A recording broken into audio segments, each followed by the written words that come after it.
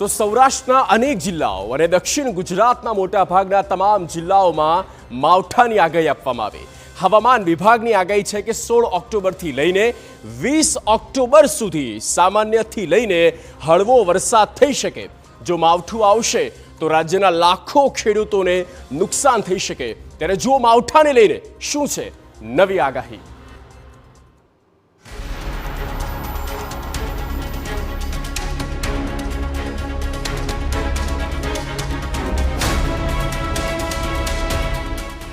દિવાળીમાં માવઠાની આગાહી।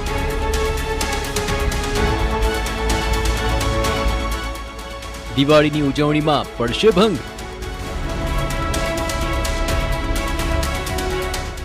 સૌરાષ્ટ્રમાં હળવા વરસાદની આગાહી।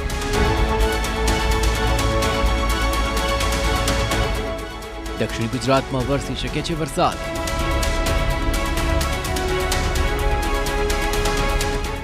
નવરાત્રિમાં વરસાદની રમઝટ જોવા મળી હતી અને હવે દિવાળીમાં પણ ત્રાટકી શકે છે આકાશી આફત।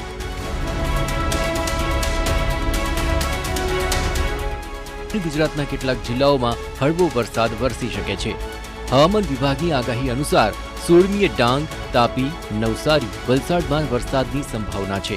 17 થી 20 દરમિયાન અહીં અમરેલી, ભાવનગર, ગીર સોમનાથ, ડાંગ, તાપી, નવસારી અને વલસાડમાં હળવાથી મધ્યમ વરસાદ પડી શકે છે। આમ દિવાળીના તહેવારો વખતે પણ વરસાદની સંભાવનાથી લોકોની ચિંતામાં વધારો થયો છે। અંબાલાલ પટેલની નવી આગાહી।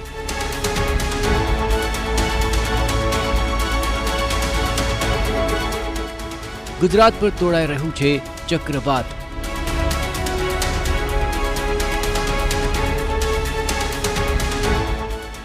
ઓક્ટોબરમાં અંતમાં આવી શકે છે માવઠું।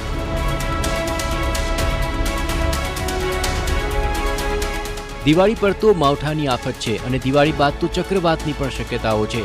આગાહીકાર અંબાલાલ પટેલની ખૂબ જ ડરામણી આગાહી સામે આવી છે। અંબાલાલનું અનુમાન છે કે 16 ઓક્ટોબર બાદ બંગાળની ખાડીમાં ભારે ચક્રવાત સર્જાશે।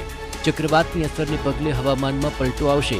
30 ઓક્ટોબર સુધીમાં માવઠું થવાની શક્યતા છે। તારીખ 26મી ઓક્ટોબરથી નવેમ્બરની શરૂઆત સુધીમાં એક પ્રબળ વાવાઝોડું બનવાની શક્યતા છે ચક્રવાત। અને આ ચક્રવાતની અસરના કારણે ગુજરાતનું હવામાનમાં પલટાઈ શકવાની શક્યતા છે।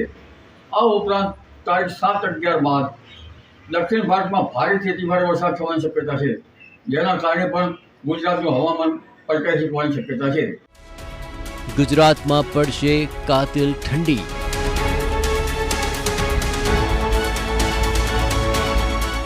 જૂના અનેક રેકોર્ડ તોડી શકે છે ઠંડી।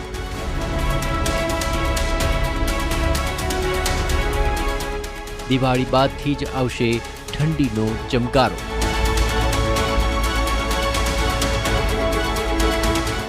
દિવાળી બાદ ઠંડી વધી શકે છે। આ વર્ષે સામાન્ય કરતાં વધુ ઠંડીની આગાહી છે। આગાહીકાર અંબાલાલ પટેલની આગાહી છે કે આ વર્ષે રાજ્યમાં ઠંડી અનેક રેકોર્ડ તોડી શકે છે।